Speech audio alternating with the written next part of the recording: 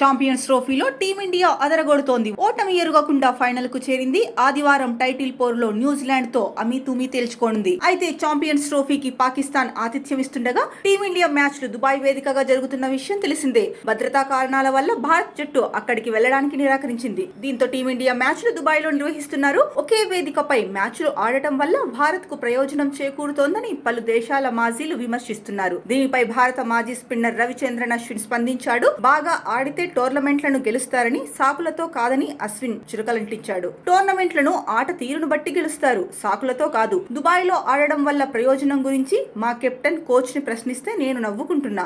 2009 champions ట్రోఫీకి దక్షిణాఫ్రికా ఆతిథ్యం ఇచ్చింది. ఆ జట్టు తమ అన్ని మ్యాచ్లను ఒకే వేదికపై ఆడింది. అప్పుడు సఫారీలు నాకౌట్ కు అర్హత సాధించలేకపోయారు. సెమీస్ కు రాకపోవడం దక్షిణాఫ్రికా తప్పు కాదు. మంచి క్రికెట్ ఆడటం వల్లనే ఇతర జట్లు క్వాలిఫై అయ్యాయి. టీమిండియా బాగా ఆడటం వల్లే ఫైనల్ కు చేరింది. ఫైనల్లో ఏం జరుగుతుందో తెలియదు. భారత్ బాగా ఆడి తుది పోరుకు అర్హత సాధించింది. అంతే తప్ప ఇతర కారణాలతో కాదు. టీమిండియా చివరగా దుబాయ్ లో కోవిడ్ సమయంలో ఆడింది. తర్వాత New Zealand, England, south Africa Dubai లో ఆడాయి. 2023 వరల్డ్ కప్ లో మేము 9 వేదికలపై ఆడాం. నేను జట్టుతో కలిసి ప్రయాణించా. గంటన్నర విమానంలో ప్రయాణిస్తే శరీరంలో లాక్టిక్ యాసిడ్ పెరుగుతుందని south Africa cricketer David Miller అన్నాడు. నేను దానితో ఏకీభవిస్తున్నా. కానీ మ్యాచ్ల షెడ్యూల్ అనేది భారత జట్టు చేతుల్లో లేదని మీరు అర్థం చేసుకోవాలి. మ్యాచ్ వేదికలను ఐసీసీ నిర్ణయించింది.